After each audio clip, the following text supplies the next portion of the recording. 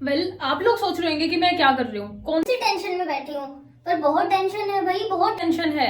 Tension इस बात की कि अगर मोदी गवर्नमेंट री इलेक्ट नहीं हुई तो क्या शेयर मार्केट गिर जाएगा, हमारी लॉन्ग टर्म इन्वेस्टमेंट्स का क्या होगा।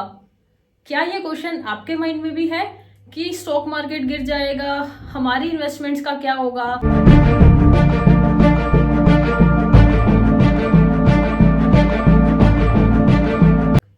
आज हम इस वीडियो में सरकार का और शेयर मार्केट का, स्टॉक मार्केट का आखिर रिलेशन है क्या, ये हम बहुत ही सरल भाषा में, बहुत ही आसान भाषा में डिस्कस करने वाले हैं। तो ये पूरी वीडियो पूरे एंड तक देखना एंड सारी चीजें ध्यान से समझना और एक ओपन माइंड से सुनने की कोशिश करना। तो जो सबसे पहली चीज है रिलेशनशिप।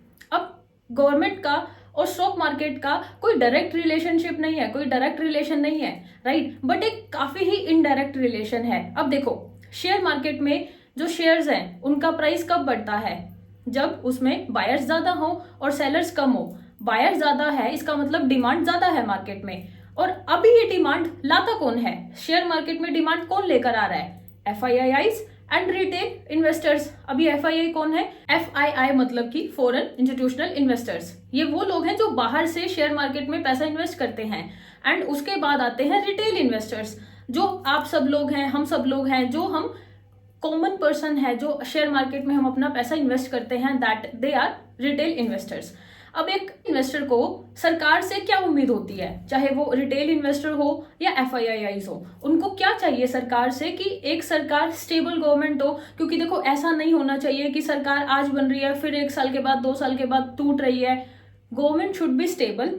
उसके बाद मेजोरिटी जो, अब देखो, मोदी सरकार से पहले क्या होता था कि गवर्नमेंट मेजोरिटी में नहीं होती थी। इसकी वजह से क्या होता है, बिल ही पास नहीं हो पाते थे। अब बिल पास नहीं हो पाते हैं तो जो सरकार को काम करना, एक्शन लेना है, वो एक्शन ही नहीं ले पाती थी। इस वजह से काफी प्रॉब्लम्स क्रिएट होती थी।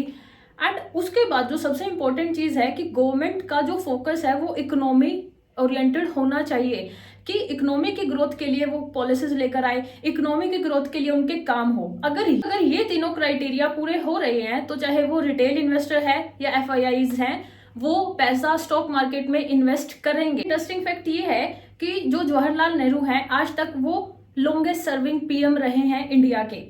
और अगर पीएम मोदी इस साल इलेक्शन जीत जाते हैं तो वो जो डॉक्टर मनमोहन सिंह का रिकॉर्ड है उसको ब्रेक कर देंगे, और अगर वो अगले इलेक्शन भी जीत जाते हैं तो वो जवाहरलाल नेहरू जी का रिकॉर्ड भी तोड़ देंगे। अब जितने भी इंस्टीट्यूशनल इन्वेस्टर्स हैं ना, वो मोदी जी के काफी फेवर में है एंड वो उनकी बहुत तारीफ करते हैं। तो आज हम इस वीडियो में ये सब जानेंगे कि ऐसा मोदी जी ने अभी तक किया क्या है, 2014 से लेकर अभी तक ऐसा क्या किया उन्होंने, ऐसी कौन कौन सी चीजें, ऐसी इकोनॉमी के लिए उन्होंने क्या किया है जो वो लोग इनकी इतनी तारीफ करते हैं। तो जो सबसे पहली स्कीम जो मोदी गवर्नमेंट के टाइम पर इलेक्ट हुई, that is goods and service tax, GST. देखो, अब होता क्या था ना कि before the Modi government, before the BJP सरकार, जो जीएसटी थी वो काफी कॉम्प्लिकेटेड थी, उसमें अमेंडमेंट्स आते रहते थे, किसी को कुछ पता ही नहीं चलता था कि आखिर ये है क्या, इसको अप्लाई कैसे करना है। और हालांकि सीए लोग तक भी इस चीज से काफी परेशान थे। बट मोदी सरकार आने के बाद जो जीएसटी का एप्लीकेशन है बिजनेसेस में, वो काफी इफेक्टिव हो गया, इजी हो गया एंड स्मूथ हो गया, राइट। अब इससे फायदा भी क्या है ना, जितने भी जो बिजनेसेस हैं वो जो जीएसटी लूप में है, उन बिजनेसेस को भी काफी फायदा हो रहा है, उनके लिए अपॉर्चुनिटीज बढ़ गई हैं। प्लस एंड अब देखो, सरकार के लिए जो टैक्स है ना वो इलेक्ट करना भी बहुत इजी हो गया है। ओके, एंड देखो, एक बहुत जरूरी है एक बिजनेसमैन को टैक्स पे करना, इससे जो मिडिल क्लास पर्सन है उसको भी राहत मिलती है एंड बिजनेसेस अच्छे से रेगुलेट हो पाते हैं। और आने वाले टाइम में ये जो ट्रेजेक्ट्री है, जीएसटी की जो ट्रेजेक्ट्री है, ये अपवर्ड डायरेक्शन में ही मूव होने वाला है। इसके बाद आता है डिजिटलाइजेशन। आज मतलब ये बहुत ही हैरान करने वाली बात है, बहुत ही आश्चर्य वाली बात है कि आज भारत जिस हद पे इसमें जो डिजिटलाइजेशन आ गई है, आज आप देखोगे ना कि एक सब्जी वाले के पास, एक नाई वाले के पास, एक रिक्शा ड्राइवर के पास, रेडी, हर रेडी पे आपको ना क्यूआर कोड मिल जाएगा, हर रेडी पर आपको यूपीआई पेमेंट करने का ऑप्शन मिल जाएगा। और हम बात करें 2010 की भी, 2010 में अगर कोई ये कहता था कि भाई ऑनलाइन शॉपिंग का ही इतना ही फियर होता था लोगों के मन में, कोई सोच भी नहीं सकता था कि हम ऑनलाइन मतलब फोन में पैसा रखेंगे, कैश कैरी नहीं करेंगे। ऑनलाइन सामान मंगाने में लोगों को कितना डर लगता था। अमेजोन जैसे प्लेटफॉर्म के लिए तो शायद एक अपॉर्चुनिटी थी ही नहीं, बट यूपीआई आने के बाद इसमें जो सबसे बड़ा रोल है वो यूपीआई का है, राइट। तो यूपीआई आने के बाद चीज़ें कितनी बदल गई हैं। आज आप हर एक रेहड़ी पे आपको मतलब इवन मोमोज वालों के पास भी ना, हर एक रेहड़ी पे, हर एक स्टॉल पे आपको हर जगह पर यूपीआई ट्रांजैक्शन अवेलेबिलिटी मिलेगी। एंड इतनी digitalisation, it's so amazing to see कि हर इंसान के पास वो चीज़ अवेलेबल हो रही है, ठीक है। आज तक $1 ट्रिलियन से भी ज़्यादा की यूपीआई ट्रांजैक्शन हो चुकी है। एंड इस डिजिटलाइजेशन में सिर्फ यूपीआई नहीं है, आधार कार्ड, डिजी लॉकर, ये कितने सारे प्लेटफॉर्म्स, कितनी सारी अपॉर्चुनिटीज लोगों के सामने आई है। And it is so amazing, it is so brilliant to see that. Direct benefit transfer, अब ये होता क्या है। अब देखो, अब सरकार है, सरकार को किसी कम्युनिटी को हेल्प करनी है, कोई अंडर प्रिविलेज है या कोई ऐसी कम्युनिटी है जिसको अपलिफ्ट करना है, सरकार को उनको पैसा देना है, तो वो कैसे जाएगा? वो डायरेक्टली जाना चाहिए, वो उन तक मिलना चाहिए, राइट, ठीक है। बट राजीव गांधी जी ने एक बात बोली थी उस टाइम पर कि जब सरकार ₹1 डालती है ना, तो जब सरकार को मतलब किसी अंडर प्रिविलेज कम्युनिटी को हेल्प करना होता है, किसी पर्सन को हेल्प करना होता है, तो जब सरकार ₹1 डालती है ना अपने एंड से, तो वो उस कम्युनिटी तक पहुंचते पहुंचते 15 पैसे रह जाता है। मतलब कि जो 85% ऑफ द अमाउंट थी, जो 85% अमाउंट है, वो बीच में ही गायब हो जाती है, वो बीच में ही लीकेजेस में निकल जाती है। ये कौन आते हैं? सरकारी बाबू, गवर्नमेंट ऑफिशियल्स। एंड करप्शन इतना है बड़ा, करप्शन इतना ज्यादा है ना, क्योंकि देखो देश इतना बड़ा है, अब इसमें इतने सारे स्टेट्स हैं, इतने सारे डिस्ट्रिक्ट्स हैं, अब गवर्नमेंट कहाँ कहाँ पर जाकर कंट्रोल करेगी। तो मोदी गवर्नमेंट ने इसका क्या सोल्यूशन निकाला? Direct benefit transfer. इससे क्या होगा कि सरकार अगर ₹1 अपने एंड से दे रही है ना, तो उस कम्युनिटी तक भी ₹1 पहुंचेगा एंड वो जो उसके डायरेक्टली बैंक अकाउंट में ट्रांसफर होगा। अब ये कैसे पॉसिबल हुआ? Direct benefit transfer. अब ये हुआ कैसे? आपको जनधन योजना याद है, जिस योजना में 0 बैंक बैलेंस के खाते खुले थे। जनधन योजना हुई, उसके बाद आधार कार्ड बने हैं। आज मोस्टली हर इंसान के पास अपना आधार कार्ड है, अपनी आइडेंटिटी है, एंड फोन है, मोबाइल फोन सबके पास होते हैं। तो बैंक, आधार कार्ड और ये सारी चीजें फोन नंबर से लिंक होने की वजह से होता क्या है, पैसा पर्सन के डायरेक्टली बैंक अकाउंट में ट्रांसफर होता है। इससे करप्शन खत्म होता है, करप्शन एलिमिनेट होता है, सरकार का बहुत पैसा बचता है, करप्शन एलिमिनेट होता है, और वो लोग भी एक फाइनेंशियल सिस्टम के अंडर आ जाते हैं देश के। It is so brilliant. और जो रूरल इंडिया है उसकी कितनी ग्रोथ होती है, उनकी कितनी प्रगति होती है इस वजह से। अब हम बात करेंगे इंफ्रास्ट्रक्चर की। अब देखो, जो आपको एलपीजी कंज्यूमर्स के बारे में पता होगा कि पहले हर घर में एलपीजी गैस नहीं होती थी। 2014 से पहले 14.52 करोड़ ऐसे लोग थे जो एलपीजी कंज्यूमर्स थे। एंड 2014 से लेकर 2023 तक का मैं आपको डाटा बता रही हूँ, मार्च 2023 तक का, अब जो है 31.36 करोड़ एलपीजी कंज्यूमर्स हैं इस देश में। उतने घरों तक एलपीजी गैस पहुंच रही है। कितना क्रेजी डाटा है, और ये सिर्फ और सिर्फ गवर्नमेंट पॉलिसीज की वजह से पॉसिबल हो पाया है। एलपीजी कंज्यूमर्स के बाद बात आती है नेशनल हाईवेज की। आप सब अपने आसपास देख लो कि हाईवेज कितने अच्छे हो गए हैं, ट्रैवल करना कितना इजी हो गया है, कितने प्यारे हाईवेज बन गए हैं। एंड ये सब ज्यादातर जो ग्रोथ हुई है वो मोदी गवर्नमेंट के अंडर ही हुई है। अब बात आती है रेलवेज इलेक्ट्रिफिकेशन।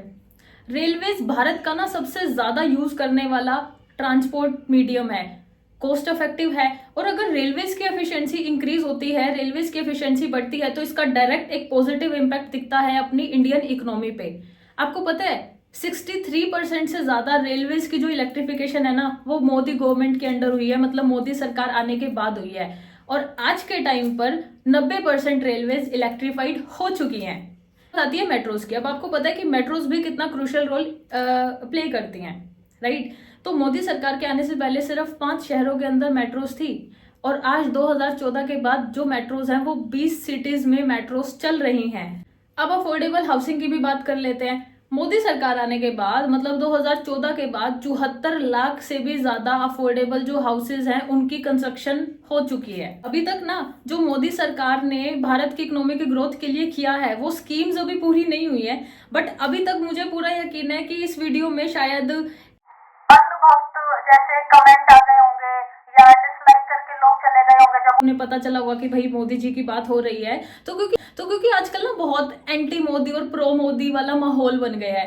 बट यार एक सिंपल सी बात है, मैं तो सिर्फ आपको डाटा बता रही हूँ, मैं तो सिर्फ आपको फैक्ट्स बता रही हूँ कि जो जो उन्होंने काम करवाए हैं, और डाटा बता रहे हैं, फैक्ट्स बता रहे हैं। तो अगर आपको ये लग रहा है कि भाई मतलब मोदी जी ने काम नहीं करा है या वो उनकी सरकार नहीं आनी चाहिए, तो आप इसको गलत प्रूव करके दिखाओ कि क्यों नहीं आनी चाहिए, क्या डाटा है आपके पास उसके लिए। ठीक है, मैं कोई अंधभक्त नहीं हो रही हूँ, मैं सिर्फ जो उन्होंने काम कराया है मैं वो सिर्फ आप लोगों तक पहुंचा रही हूँ। तो इसमें कोई अंधभक्त या एंटी मोदी या प्रो मोदी वाली बात नहीं है। ये कमेंट सेक्शन ओपन है, आपको जो लिखना है वो लिख सकते हैं, बट मैं सिर्फ आपको डाटा बता रही हूँ कि जो काम उन्होंने कराया है। एंड मैं as an investor point of view से बताऊं तो मैं वही चीजें देखूंगी ना जो इकोनॉमी को ग्रो करने में हेल्प कर रही है। तो अगर उन्होंने इकोनॉमिक ग्रो करने के लिए काम किया है तो वो भी काउंट होगा। और देखो, ऐसा भी नहीं है कि ये सरकार पूरी की पूरी परफेक्ट है, ऐसा कुछ भी नहीं होता। नो वन इज परफेक्ट, कोई भी सरकार परफेक्ट नहीं होती है। हर जगह अपने कुछ कॉम्प्लिकेशंस होते हैं, कुछ अपनी सर्टेन प्रॉब्लम्स होती हैं, but the main thing is कि जो काम हुआ है, जो ग्रोथ हुई है, उसको हम काउंट करेंगे, उसको कंसिडर करेंगे। फिर भी लोगों को जो कमेंट करना है वो कर सकते हैं, कमेंट सेक्शन बिल्कुल ओपन है। बोलने से तो कुछ नहीं होगा, जिसको जो बोलना है वो बोल सकता है। अब जो सबसे इम्पोर्टेंट और मोस्ट सक्सेसफुल साबित हुआ है अभी तक, that is make in India. Make in India movement इस सरकार का सबसे मोस्ट सक्सेसफुल मूवमेंट और मोस्ट सक्सेसफुल स्कीम मैं मानती हूँ पर्सनली। क्योंकि देखो, मोदी गवर्नमेंट के आने से पहले ना आईटी सेक्टर का बहुत बूम था, right. And no doubt IT sector में बहुत सारी जॉब अपॉर्चुनिटीज दी हैं, आईटी सेक्टर की वजह से बहुत सारी ग्रोथ हुई है, बहुत सारी अपॉर्चुनिटीज मिली हैं लोगों को। बट इस सरकार के दौरान आप देखोगे कि जो पीएलआई स्कीम्स हैं उनमें बहुत बढ़ावत आई है, जिसकी वजह से जो मैन्युफैक्चरिंग फैसिलिटीज हैं वो कितनी ज्यादा इंक्रीज हो गई हैं। आज आपको पता है जो 97% से भी ज्यादा फोन जो आज के टाइम पर खरीदे जा रहे हैं ना, मतलब जो हम लोग फोन यूज कर रहे हैं, जो लेटेस्ट फोन आ रहे हैं, 97% से भी ज्यादा फोन इंडिया में बनाए जा रहे हैं, लोकली बनाई जा रही हैं। इवन हम और देशों में एक्सपोर्ट कर रहे हैं फोन्स को, right. We are becoming manufacturing hub for the entire world. और सिर्फ ऐसा नहीं कि मोबाइल इंडस्ट्री में, फार्मा इंडस्ट्री में आप देखो, डिफेंस सेक्टर में आप देखो। डिफेंस सेक्टर मतलब I am so positive about the defence sector. हम और देशों में एक्सपोर्ट कर रहे हैं। टॉय इंडस्ट्री, मतलब आप कोई भी इंडस्ट्री को देखो, वहां पे एक बढ़ावत आ रही है, ग्रो हो रही है। We are becoming exporting hub for the entire world. अब उसके बाद जो मेक इन इंडिया मूवमेंट है, उसकी वजह से जो स्टार्टअप कल्चर है वो कितना ज्यादा बढ़ गया है। आप देखो कि पहले लोग बिजनेस करने से पहले इतना डरते थे, घबराते थे। कौन सी सरकार आई जिसने एक ऐसा पर्सपेक्टिव दिया कि भाई आप अपना खुद का करो, आप अपने ओन बॉस बनो। मतलब सारे यही कहते थे हम आपको नौकरियां देंगे, बट ये सरकार आई और एक नया पर्सपेक्टिव दिया कि आप खुद के मालिक बन सकते हो, आपको किसी की नौकरी करने की जरूरत नहीं है। आप अपना खुद का बिजनेस सेट करो, आप अपने खुद के बॉस बनो और खुद की ग्रो करो।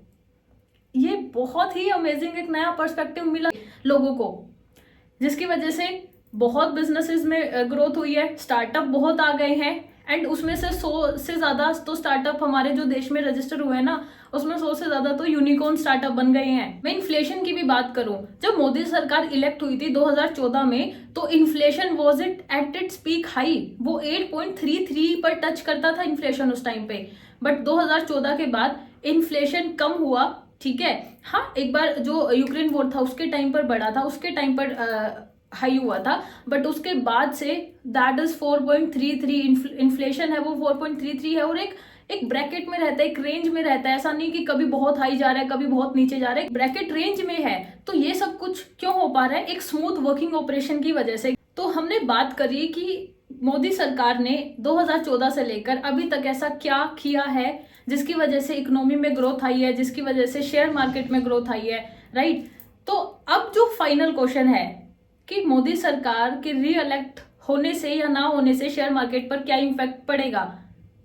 शेयर मार्केट ऊपर जाएगा या नीचे जाएगा? देखो एक चीज तो बहुत श्योर शॉट है कि शेयर मार्केट गिरेगा, एंड डेफिनेटली गिरेगा अगर मोदी सरकार रीइलेक्ट नहीं होती है। और इसका आंसर है परसेप्शन। क्यों? मार्केट चलता है साइकोलॉजी पे, मार्केट चलता है सप्लाई एंड डिमांड पे, और सप्लाई एंड डिमांड बेस्ड है लोगों की साइकोलॉजी पे।